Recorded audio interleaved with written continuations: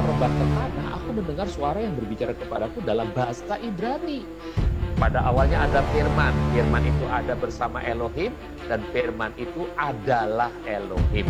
Dan Thomas menjawab dan berkata kepadanya, Tuhanku dan Elohimku. Kamu manggil aku guru dan Tuhan, dan kamu berkata benar, sebab akulah dia. Yesus dan murid-muridnya tidak pernah menyebut Yahweh. Ya, jadi mengapa Pak Yahya dan kawan-kawan ini mengajari kita menyebut Yahweh? Yesus saja tidak mengajari gitu kan. Jadi ini yang mereka katakan, ini adalah premis yang kelima yang kita harus jawab ya. Kita harus counter, kita harus jawab. Dan minggu lalu jawaban yang pertamanya, argumen yang pertamanya, ini sekarang kita masuk pada argumen yang ketiga ya. Minggu lalu argumen yang pertamanya itu sebuah misbelief atau sebuah paradigma yang salah bahwa waktu Yesua datang ke sinagoga di Nazaret, dia itu membaca teks Yesaya 60 ayat 1 itu dari naskah Septuaginta menurut pendapat banyak orang, dosen-dosen teologi itu banyak mengatakan begitu. Padahal nyatanya sebetulnya tidak begitu. Apa yang Yesus baca, apa yang Yesua baca di sinagoga di Nazaret itu adalah Yesaya 60 ayat 1 dari Tanakh, dari Alkitabnya orang Ibrani. Orang Tanakh itu yang dibaca, bahasa Ibrani yang dibaca. Berarti di situ terbaca nama Yahweh ya. Roh Yahweh ada padaku begitu ya. Itu argumen yang pertama. Kemudian argumen yang keduanya, dalam kitab suci kita dituliskan dalam Yohanes pasal 17 bahwa Yesua itu memberitahu nama Bapaknya kepada saudara-saudaranya atau para muridnya. Jadi kalau Yesua berkata memberitahu nama Bapaknya, berarti benar-benar dia bukan sedang mengumbar perkataan kosong. Dia pasti betul-betul memberitahu nama Bapaknya kepada para muridnya. Artinya para muridnya pasti mendengar. Nah, sekarang kita ke argumen yang ketiga ya. Oke, argumen yang ketiga tentang bahasa percakapan atau bahasa cakapan Tuhan Yesua dengan para muridnya pada masa itu. Ternyata beberapa bukti itu menunjukkan bahwa bahasa itu bukan bahasa Yunani. Walaupun para pengajar-pengajar mengatakan Yesua itu berbahasa Yunani pada waktu itu. Tapi faktanya tidak demikian. Hasil penelitian yang paling sahih adalah ketika hendak dibuat film The Passion. Waktu hendak dibuat film The Passion, itu dilakukan penelitian yang panjang. Dan ternyata terbukti bahwa bahasa cakapan pada zaman Yesua dengan ibunya, Yesua dengan para muridnya, adalah bahasa, mereka sebutnya bahasa Aramaik. Sedangkan Alkitab mengatakan itu bahasa Ibrani. Nah, jadi kita mau percaya apa? Ilmu pengetahuan Aramaik atau kita mau percaya Alkitab?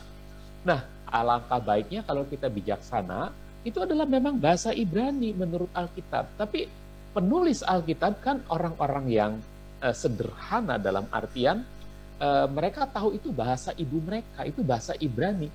Padahal bahasa itu karena sekian ratus tahun dijajah oleh budaya Aram, ya, dijajah oleh Babylon, oleh Assyria, itu budaya Aram menguasai, sehingga bahasa Ibrani pada masa Tuhan Yesua itu terpengaruh oleh Aramaik. Dan ini yang dikatakan oleh saintis, oleh para ahli sebagai bahasa Aram, bahasa Aramaik. Tapi Alkitab mengatakan bahasa Ibrani. Jadi alangkah bijaksananya kita kalau kita mengatakan itu adalah bahasa Ibrani yang terpengaruh Aramaik gitu ya. Oke, jadi yang Yesua baca adalah bahasa Ibrani yang terpengaruh Aramaik ya. Itu buktinya dalam film The Passion ya. Dan coba kita baca dalam Yohanes 19 ayat 17. Bayangkan kalau para ahli yang meneliti film The Passion mengatakan itu bahasa Aram, tapi Alkitab mengatakan apa nih? Yohanes 19 ayat 17 dan Kisah 26 ayat 14. Coba kita baca ya. Yohanes 19 ayat 17. Dengan memikul salibnya, dia keluar menuju tempat yang disebut tempat tengkorak, yang dalam bahasa Ibrani disebut Golgota. Nah, para ahli mengatakan Golgota itu bahasa Aram. Nah, tapi Alkitab berkata itu bahasa Ibrani. Jadi kita mau percaya yang mana?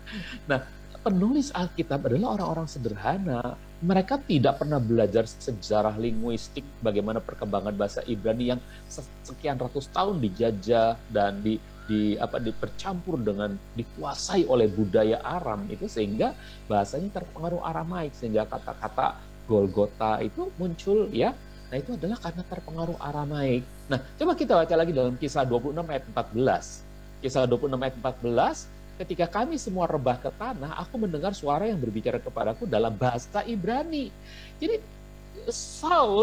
Saul mengatakan, ya, Saulus itu mengatakan bahwa dia mendengar Yesua berbicara kepada dirinya, dan Yesus berbicara kepada dirinya dalam bahasa Ibrani. Nah, artinya apa? Walaupun para ahli yang meneliti bahasa cakapan pada zaman Yesus mengatakan bahasa Aram, tapi faktanya Alkitab mengatakan Ibrani. Kalau begitu, kita harus bijaksana. Jadi Yesus berkata, Saul, Saul, mengapa engkau menganiaya aku? Ini perkataan memang udah diterjemahkan ke dalam bahasa Indonesia, tapi dalam yang dikatakan oleh Yesus adalah bahasa Ibrani yang terpengaruh Aramaik tentunya ya. Oke.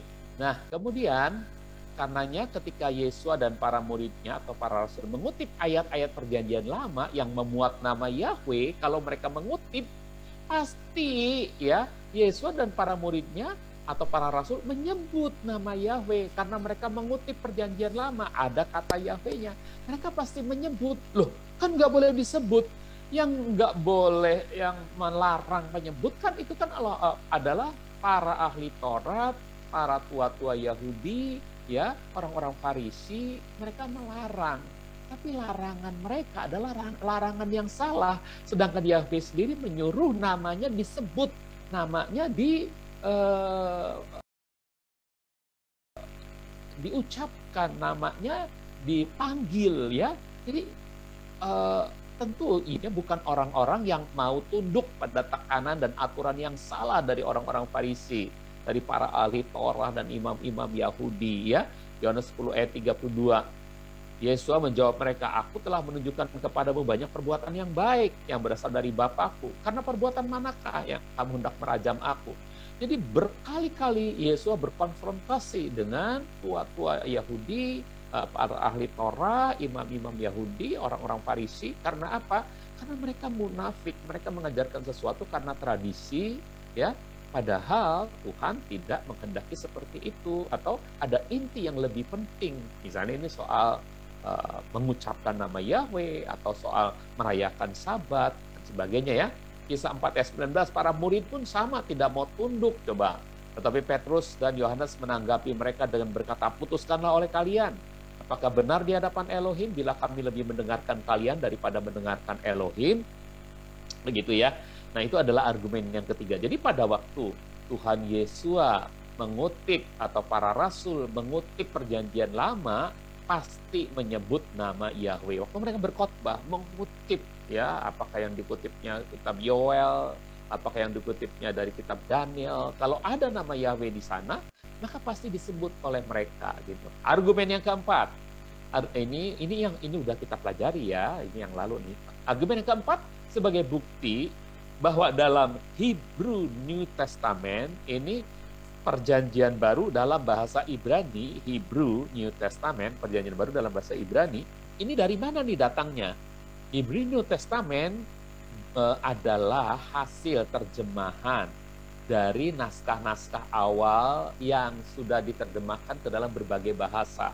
Nah, sumbernya ada dari Textus Receptus, dari yang berbahasa Yunani ya, dan dari Latin gitu ya, dan itu diterjemahkan ke dalam bahasa Ibrani menjadi Hebrew New Testament. Tentu saja Hebrew New Testament juga mengambil sumber-sumber juga dari Alkitab Syriac ya, Old Syriac. Nah, jadi kalau kita lihat Hebrew New Testament ternyata jelas menuliskan ya kutipan-kutipan ayat-ayat PL yang mengandung nama Yahweh, pasti ditulis Yahweh di situ, sehingga diucapkan oleh Yesua yang membacanya ya. Kalau Yesua mengucapkan itu, maka tertulis dalam Hebrew New Testament, ya. Juga para murid, para rasul mereka pun menyebut Yahweh. Buktinya mana, Pak? Coba kita buka Hebrew New Testament. Yesua, betul nggak dia mengucapkan Yahweh? Waktu kita buka dalam Hebrew New Testament, Matius 22 ayat 37, itu Yesua mengutip Ulangan 6 ayat yang kelima. Yesua berkata begini, ya. Ini. Wayomer Yesua elai, ya. Wa'ahabta et Yahweh Eloheika. Jadi lihat, et Yahweh. Ada kata Yahweh di Hebrew New Testament. Pasti waktu Yesua mengucapkan kalimat ini, karena ini mengutip dari Ulangan 6, itu pasti dia ucapkan, saudara-saudara. Ini Ulangan 6 ayat yang kelimanya, ya. Wa'ahabta et Yahweh Eloheika. Jadi pasti Yesua mengucapkan, saudara-saudara. Begitupun dalam Matius 4 ayat yang keempat, waktu Yesua mengutip Ulangan 8 ayat yang ketiga, ditulis oleh Injil Matius dalam Hebrew New Testament, Ki alkol Mosha, ya, Pi Yahweh. Jadi yang keluar dari mulut Yahweh, ya, tetapi atas semua yang keluar dari mulut Yahweh. Nah, Pi Yahweh. Jadi pasti menyebut nama sebutan Yahweh ini karena mengutip dari mana? Ulangan 8 ayat yang ketiga, ya, Ki alko Mosha Pi Yahweh, gitu, ya. Nah, jadi ini jelas sekali para murid, para rasul, ini Yesua, ya, Yesua. Sekarang kalau para murid Kisah 1 ayat 24, ya, Kisah 1 ayat 24. Ya. Mereka berdoa dan berkata, "Ya Yahweh, Engkaulah yang mengenal hati semua orang. Tunjukkanlah salah satu dari kedua orang ini yang Engkau pilih. Ya Yahweh, ya, Atah Yahweh, ya. Ya Yahweh, Engkaulah, ya." Jadi, ya Yahweh, Engkaulah, Atah Yahweh. Saudara-saudara, jelas ini mereka, para murid sedang berdoa, mereka pasti menyebut nama Yahweh, ya.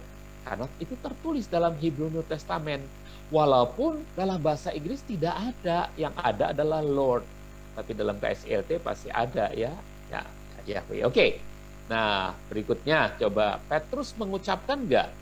Salah satu saja, Kisah 2 ayat 21. Kisah 2 ayat 21, Petrus pasti mengucapkan, ya. Ini, Wahayah kol asher yikra. Nah, Beshem Yesua Yimalet, Yimalet,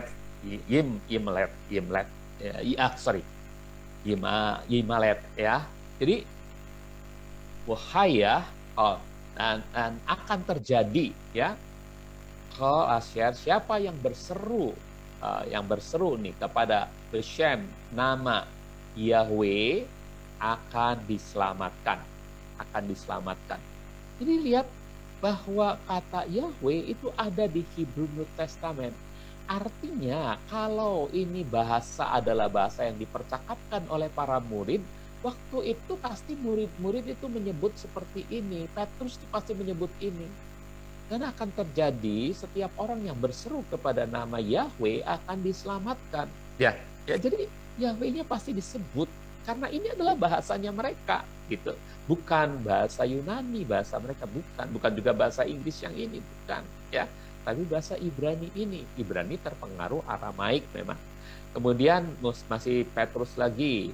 Ya, ini kutipan dari Yoel 2 ayat 32 yang Petrus katakan itu, ya. Wahayah kol asher yikra Beshem Yahweh. Nah, akan terjadi setiap orang yang berseru kepada nama Yahweh, gitu, ya. Nah, ini kutipannya. Karena kitab Yoelnya menulis seperti ini, maka dikutip sama dan tertulislah nama Yahweh, begitu, ya.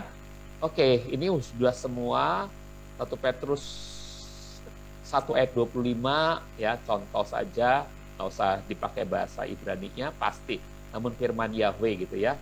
Kemudian Kisah 7 ayat 31, Stefanus mengucapkan juga Ya, waktu dia bercerita tentang Musa, ya, dan ketika Musa mendekat untuk mengamati, datanglah suara Yahweh kepadanya. Ini yang ngomong Stefanus nih.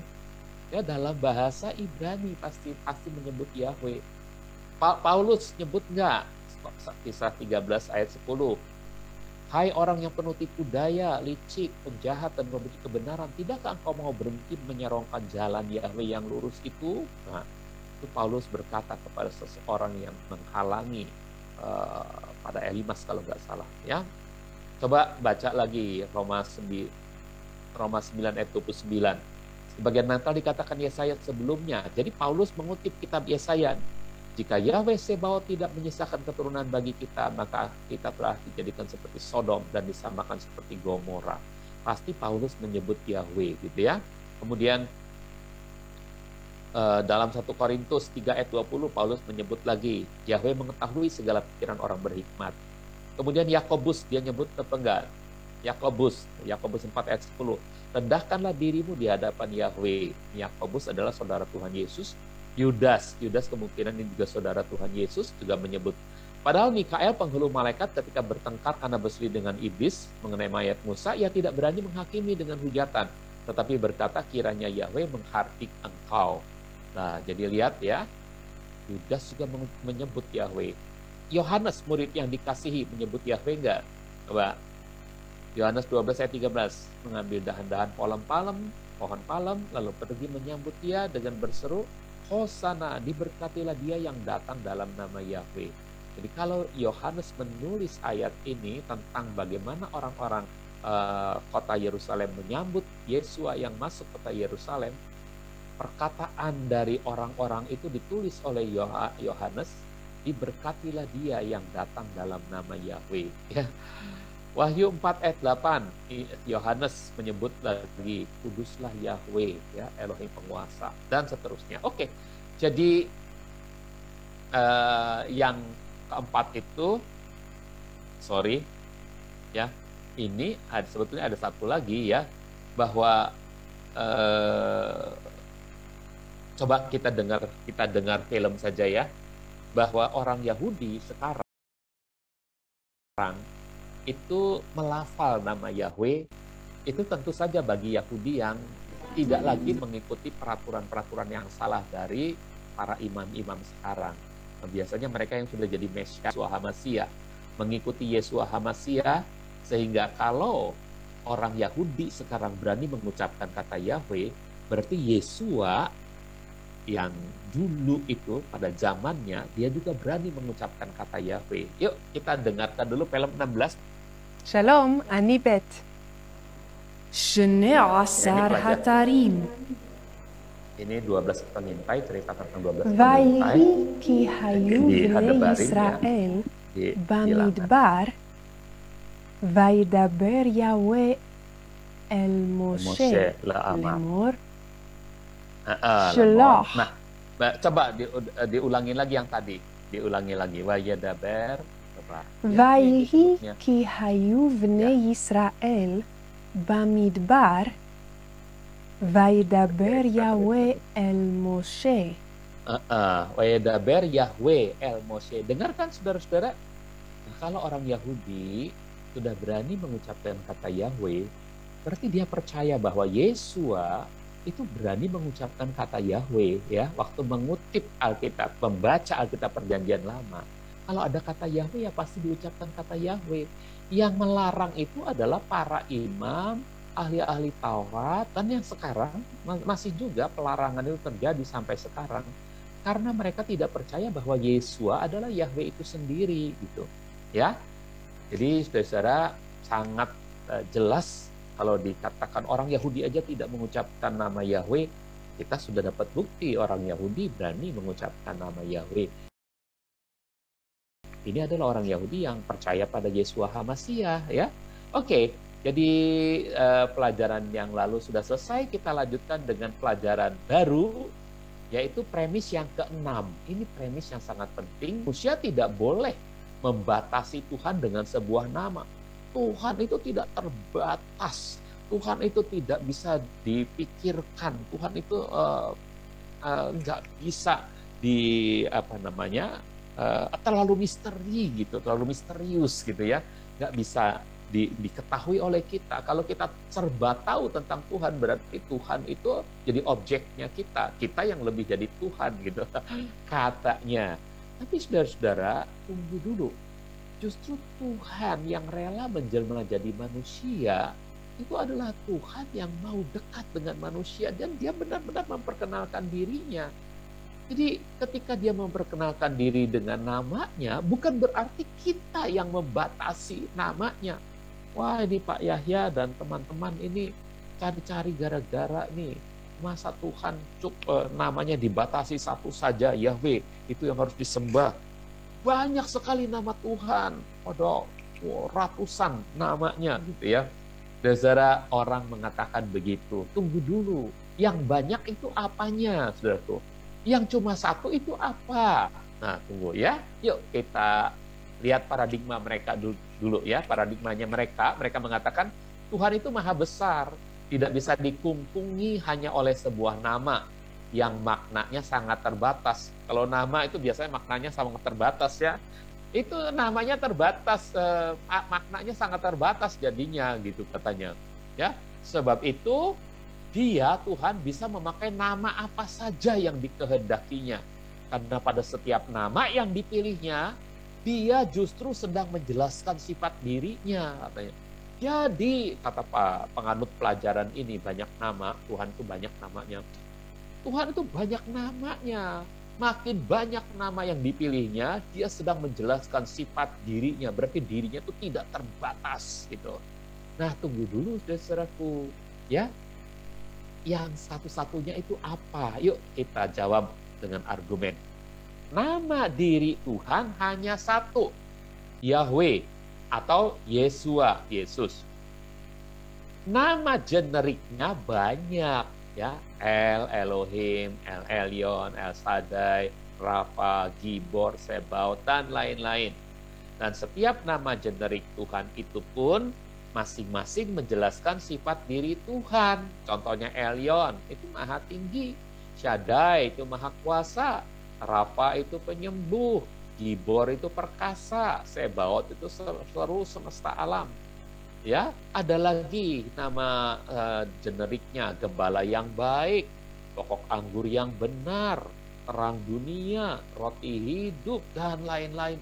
Banyak, jalan kebenaran dan hidup. Itu banyak. Nama generik itu termasuk apa aja kalau nama generik ya, gelarnya, termasuk jabatannya sebagai ayah, sebagai bapak, atau sebagai yang maha kuasa ya, termasuk juga apa namanya panggilannya. Nah, jadi ada banyak ya, banyak sekali percis seperti pendapatnya dia. Tapi nama dirinya cuma satu. Yang banyak adalah nama generiknya atau nama jenisnya. Sehingga Tuhan tetap bisa menjelaskan sifat dirinya yang banyak melalui banyak nama generik ini. Ya, bisa gembala yang baik, bisa pokok anggur yang benar gitu ya. Perang dunia gitu. Nah, dia bisa menyatakan dirinya sebagai itu. Tetapi ya, dan nama dirinya hanya satu. Apa saja buktinya? Yuk kita lihat literatur. Nah, ini lihat nih. Coba baca. Ensiklopedia Alkitab masa kini, tulisannya Douglas, ini sudah diterjemahkan dalam bahasa Indonesia ya. Sesungguhnya Yahweh adalah apa? Satu-satunya nama. Nah, di sini di aslinya Allah ya. Nama Tuhan. Sesungguhnya Yahweh adalah satu-satunya nama Tuhan. Jadi yang ngomong satu-satunya itu bukan Pak Yahya. Seorang ahli yang sudah menulis ensiklopedia yang mengatakan sesungguhnya Yahweh adalah satu-satunya nama Tuhan. Bukan Pak Yahya bisa-bisaan, nggak bisa. Pak Yahya nggak tahu apa-apa kok. Pak Yahya belajar dari dia. Nah, jadi dalam kitab Kejadian, di mana saja perkataan Shem atau nama dihubungkan dengan kata Tuhan, nama tersebut adalah Yahweh. Karena itu Yahweh berbeda dengan Elohim. Yahweh adalah kata benda nama diri. nama diri dari oknum atau pribadi, nama diri dari pribadi, meskipun pribadi tersebut adalah Tuhan. Jadi kalau Elohim ini nama generik, Yahweh itu nama diri, ya, nama diri, nama diri. Pak, itu kan cuma Douglas aja. Oke, kita lihat orang lain lagi. Nah, ini C.G.H. Wright. Wright itu menulis apa? Yuk kita baca sama-sama. 1, 2, 3. Yahweh is the only truly personal name of God. Tunggu dulu. Bapak Ibu bacanya dalam hati tentunya, atau di situ bersuara enggak apa-apa, tapi nggak masuk nggak usah dibuka mic-nya ya. Nggak masuk. Yuk baca sama-sama sekali lagi. Yahweh is the only. Only itu apa? Halo, apa artinya only? Hanya. Iya, satu-satunya. Ya, Yahweh adalah satu-satunya. Truly, yang sebenar-benarnya. Personal name of God. Nama diri dari Tuhan dalam iman Israel. Jadi Yahweh itu satu-satunya nama diri dari Tuhan. Ya. Terus nama-nama yang lain, the others are titular or descriptive expression. Yang lain, nama-nama yang lain itu hanya titel-titel saja, sebutan-sebutan umum saja, atau ekspresi-ekspresi yang menjelaskan dirinya sebagai pokok anggur yang benar, dirinya sebagai banteng perlindungan. Itu hanya descriptive expression. Nah, jadi berkaitan kepada nama atau di dalam nama Tuhan, maka itu pastilah ya, kalau terkait dengan nama atau dalam nama Tuhan, pastilah adalah pada nama ini, pada Yahweh ini gitu. Itu menurut Wright. Ini bukunya sangat bergengsi sekali, di International Standard Bible Encyclopedia. Ya, ini tulisannya Wright. Ada sarjana lain yang menulis dalam buku yang sama. Dia menulis seperti apa? Ini Rees. Rees menulis pada buku yang sama, Yahweh is the personal proper name par excellence of Israel's God. Yahweh adalah nama diri, nama personal dari Tuhannya orang-orang Israel sejauh ini, ya. It is the personal name of God.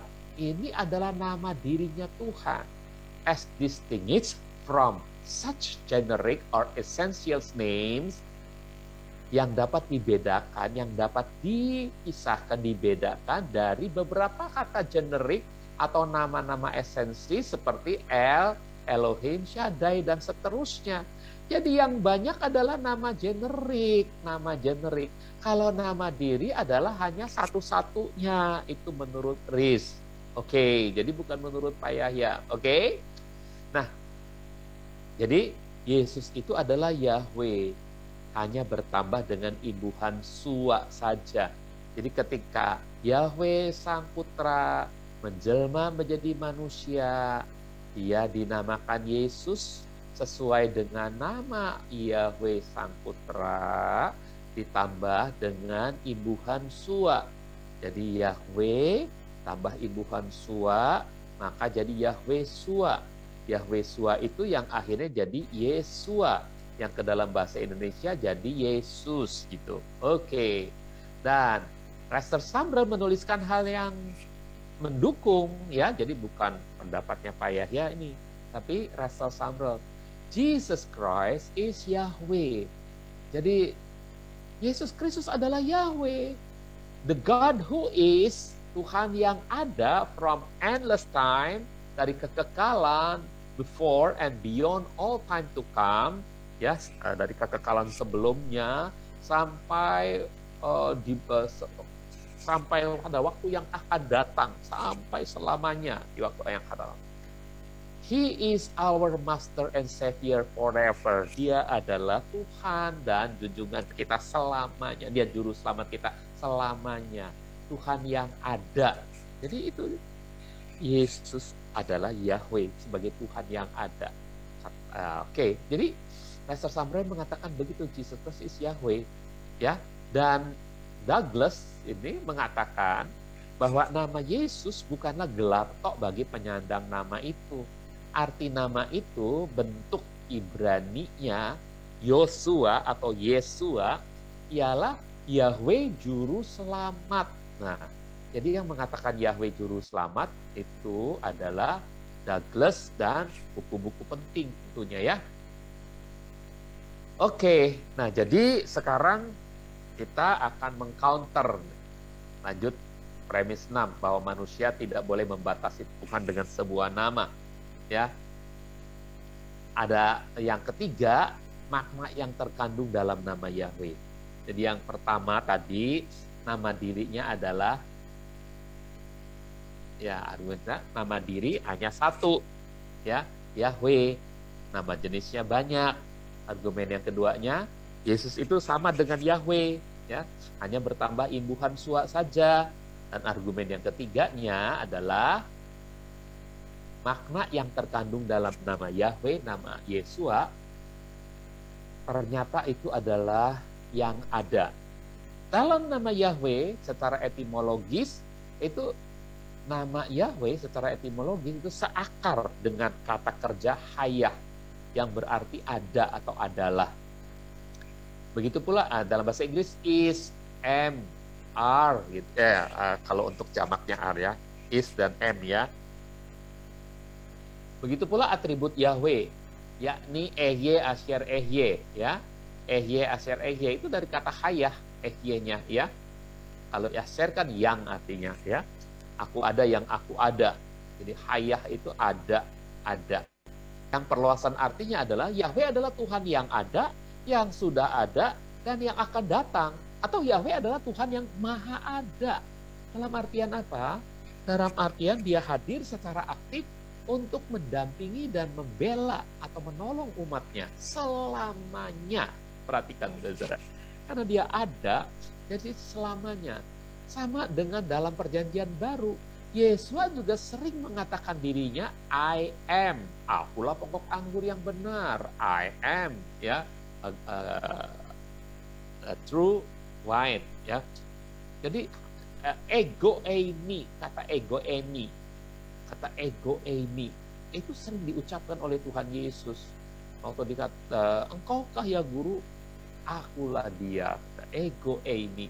Jadi apa yang ada dalam kata Yahweh dan apa yang terkandung dalam kata Yesua yang sering mengucapkan ego eimi itu adalah bukti bahwa makna yang terkandung dalam nama Yahweh atau Yesua itu adalah yang maha ada. Dia adalah Tuhan yang maha ada. Nah, ini ehye asar ehye ya. Jadi ada di sini maksudnya adalah hadir. Jadi dia adalah Tuhan yang maha hadir. Nah kalau Tuhannya maha hadir, saudaraku, coba premisnya bunyi apa? Manusia tidak boleh membatasi Tuhan dengan sebuah nama. Siapa yang membatasi? Justru namanya sendiri menyatakan bahwa dirinya tidak terbatas oleh ruang dan waktu. Kapanpun dia hadir, dimanapun dia hadir. Saudara, jadi dia tidak terbatas. Justru makin kenal nama dirinya, makin kita tahu bahwa kita tidak sedang membatasi dia. Justru dia sedang menyatakan nama dirinya yang menyatakan maknanya tidak terbatas. Unlimited. Omnipresent. Maha hadir. Kapanpun, dimanapun. Nah, saudara, jadi salah sekali orang yang punya premis seperti ini. Manusia tidak boleh membatasi Tuhan dengan sebuah nama. Memang kita nggak membatasi Tuhan dengan sebuah nama. Tuhan perkenalkan nama dirinya Yahweh. Dan kata Yahweh atau Yesua itu artinya dia ada, dia maha ada, dia maha hadir. Itu makna namanya.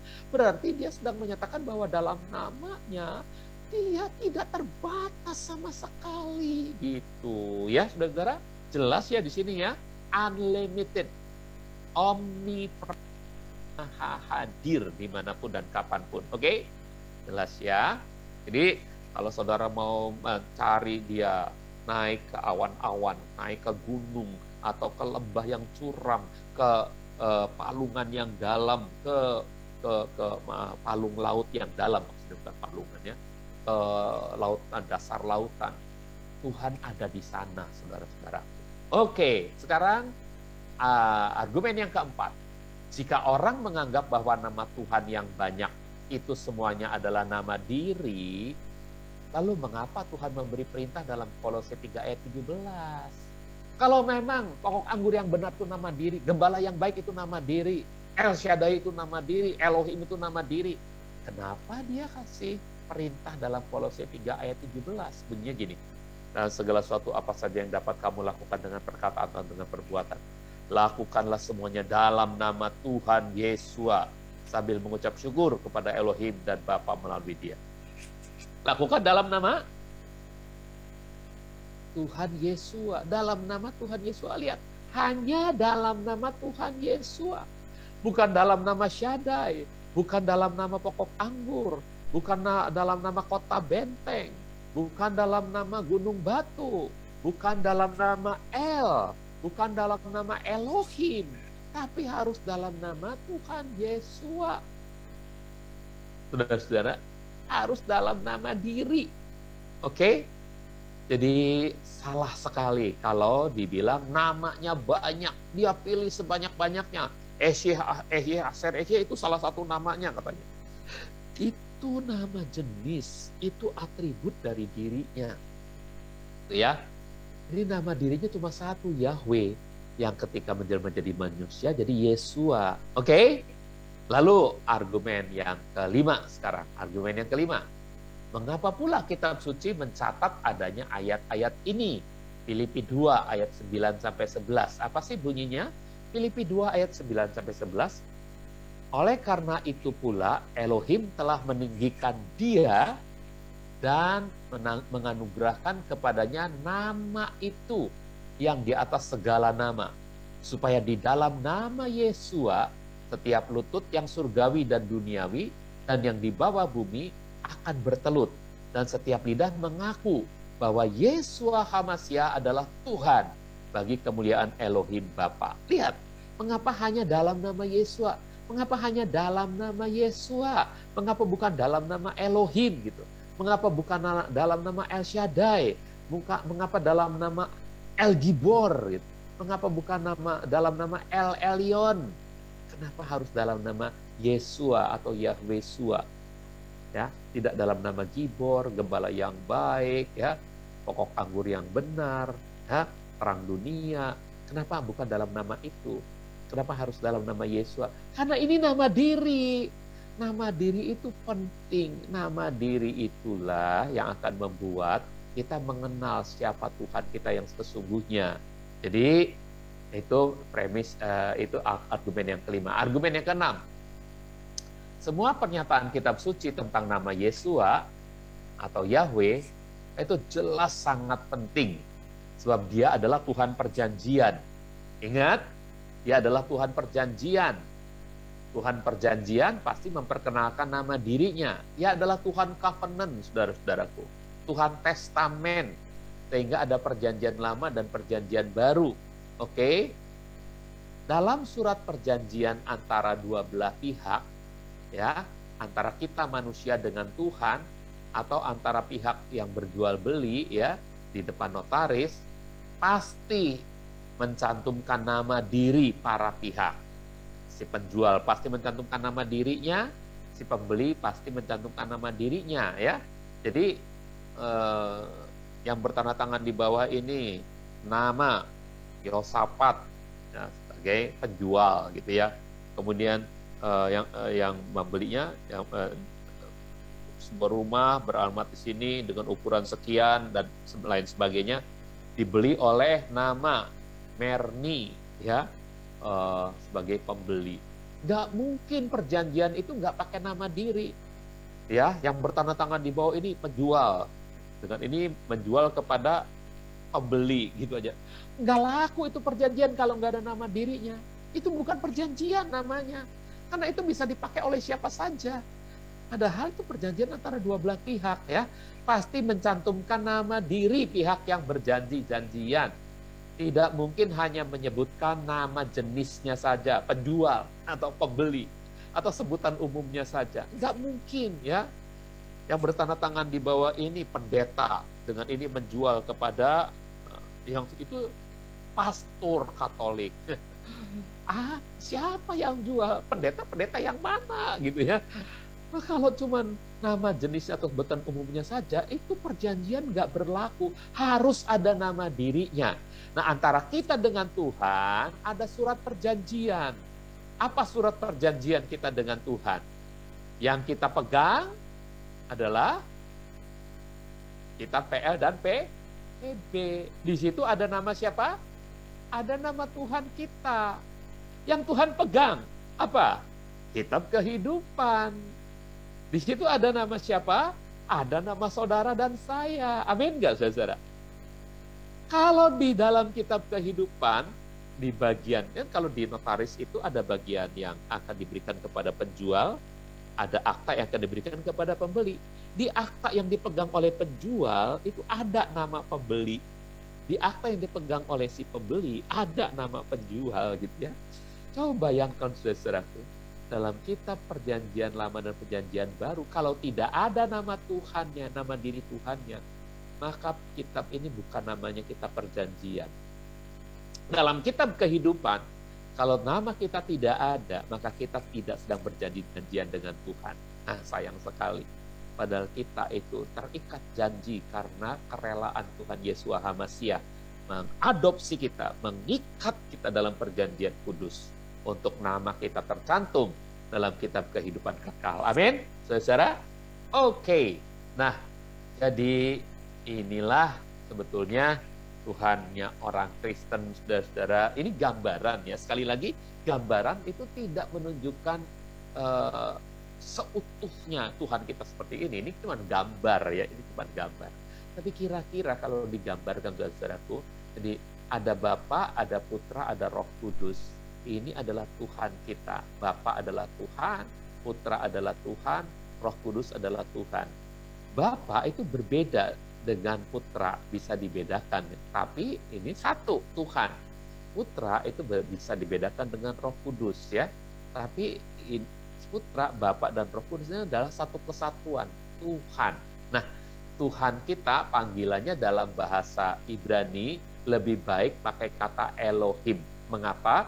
Karena kata Elohim itu menjelaskan tentang kejamakan, walaupun ini kata jamak, walaupun kata jamak bisa berfungsi tunggal. Jadi Elohim itu bisa berfungsi tunggal sendiri, padahal ini kata jamak. Kata jamak itu artinya ada Bapa, ada Putra, ada Roh Kudus, tapi bisa berfungsi tunggal. Di Bapa, Putra, Roh Kudus menyelamatkan dunia gitu. Bisa, itu ajaib ya, menyelamatkannya dengan kata kerja tunggal ya. Save, bahasa Inggris saja dah ya. Maksudnya Bapa, Putra dan Roh Kudus bukan saves ya, pakai S belakangnya, tapi save aja karena jamak. Tapi ketika dipakai kata Elohim itu bisa jadi save saja. Saves pakai S belakangnya. Bisa berfungsi tunggal. Saves pakai S ya. Begitu, saves the world. Oke, nah. Jadi ada Elohim Bapa, ada Elohim Putra, ada Elohim Roh Kudus. Nah, karena nama diri Tuhan kita adalah Yahweh, maka Elohim Bapa itu namanya adalah Yahweh Ha'af. Elohim Putra namanya adalah Yahweh Ha-Ben. Elohim Roh Kudus namanya adalah Yahweh Ha-Ruah. Nah, Yahweh Ha-Ben punya nama lain, dikenal nama jenisnya nih, nama jenis yang lain ya, nama yang lain ya, atribut yang lain sebagai Yahweh Ha-Davar, Yahweh Sang Firman. Jadi Yahweh Sang Putra itu adalah Yahweh Sang Firman. Tapi ada nama berikutnya lagi ya, dia adalah Yahweh Sang Juru Selamat. Kapan dia dapat gelar Yahweh Sang Juru Selamat? Ketika dia menjelma jadi manusia, maka diberi nama kepadanya Yesua, yang artinya Yahweh Sang Juru Selamat. Nah, itu dia. Dia adalah Yesua, Yahweh Sang Juru Selamat. Nah, Yahweh Sang Juru Selamat ini dikenal oleh orang Indonesia, dibacanya Yesus. Oke? Dan inilah Tuhannya orang Kristen, saudara-saudara. Jadi ini adalah kita punya satu Tuhan. Ya, tapi satu Tuhan itu adalah Bapa, Putra, dan Roh Kudus. Ini satu Tuhan. Oke, inilah Tuhannya orang Kristen. Ya, Pak, ada bukti nggak kalau Sang Putra adalah Elohim? Yuk kita buktikan. Dari praeksistensinya, dari keberadaannya sebelum segala sesuatu ada. Dia adalah Sang Firman. Dan dia itu adalah Elohim, dikatakan dalam Yohanes 1 ayat 1. Pada awalnya ada Firman. Firman itu ada bersama Elohim, dan Firman itu adalah Elohim. Jadi Hadabar adalah Elohim. Berarti Sang Putra adalah Elohim ya. Oke, yang kedua, pengakuan Thomas. Yohanes 20 ayat 28.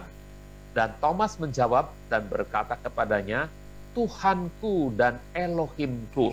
Jadi Thomas mengakui Yesua sebagai Elohimnya, ya, sebagai Tuhannya dan Elohimnya. Betul nggak Pak Elohim? Coba kita lihat dalam bahasa aslinya. Orang bilang bahasa aslinya bahasa Yunani ya, tapi sebetulnya kita lebih percaya bahasa Ibrani. Coba kita lihat. Ho kuriosmo, Tuhanku, kai ho theosmo, dan Elohimku, ya, theosku, kuriosku dan theosku. Nah, kurios itu adalah Tuhan, sedangkan theos adalah Elohim. Nah, ini.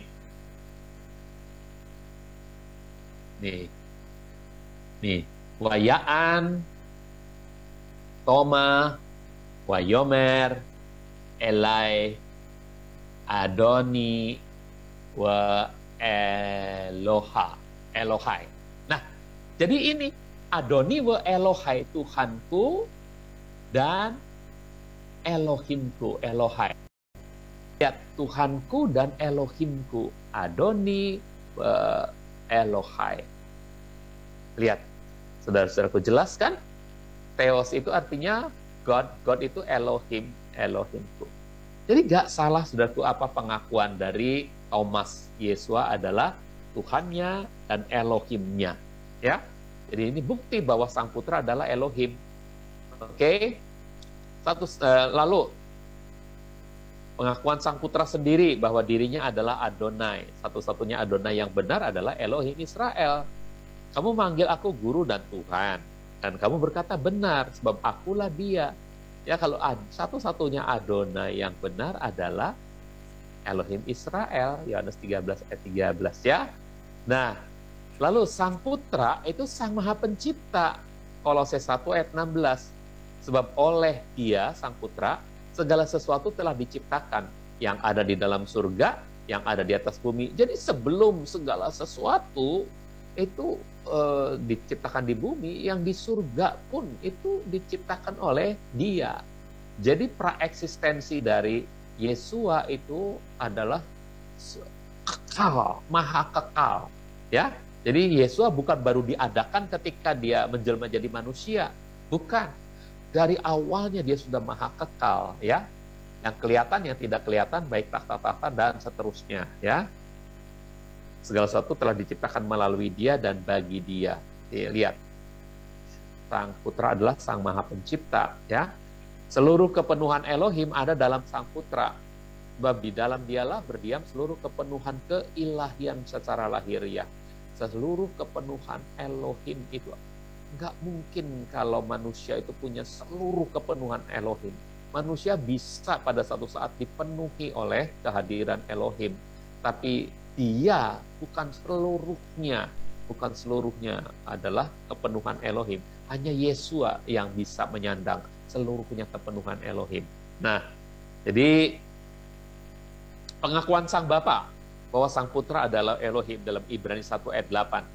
Namun kepada Sang Putra, tahtamu ya Elohim sampai selama-lamanya. Tongkat kebenaran itulah tongkat kerajaanmu. Jadi Bapa sendiri memanggil Sang Putra, tahtamu ya Elohim sampai selama-lamanya. Saudaraku, saya pikir waktunya sudah lewat. Jadi ini nanti saja bukti Ruach HaKodes adalah Elohim juga. Nanti kita akan bahas. Jadi cukup sampai di sini. Saya harap saudara jelas ya menerima pengajaran ini.